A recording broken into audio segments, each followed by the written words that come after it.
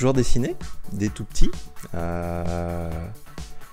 Mais maman restaurait un petit peu de tableaux, des choses comme ça. Donc j'ai toujours eu fait aussi avec et à regarder.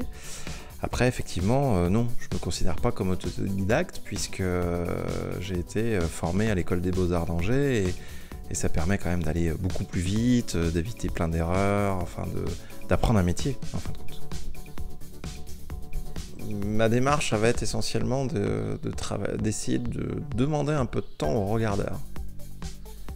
C'est-à-dire que souvent, mon travail, il y a un aspect figuratif sous une forme ou sous une autre. Soit on saisit vite fait la forme générale, quand c'est des volumes, des sculptures.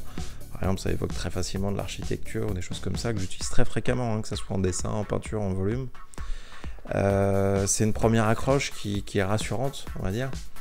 Après, si on détaille, souvent il y a des faux semblants. C'est-à-dire qu'on croit que c'est fait à la main, en fait ça ne l'est pas fait. Ou on croit que c'est un dessin, en fait c'est une technique photographique. Enfin voilà. Plus on creuse, plus on va se rendre compte que c'était sans doute pas exactement ce dont on avait imaginé. Et pour ça, il faut prendre un peu de temps.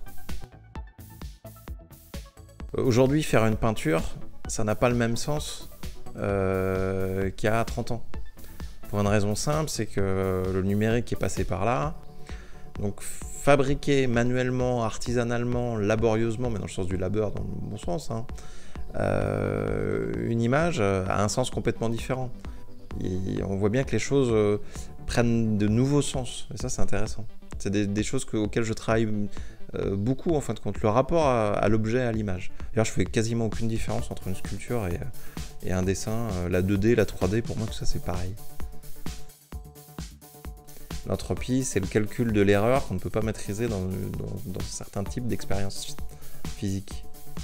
Donc on ne peut pas maîtriser une partie de non maîtrisable, d'erreur, mais on arrive à les calculer. Donc, je trouve ça assez intéressant.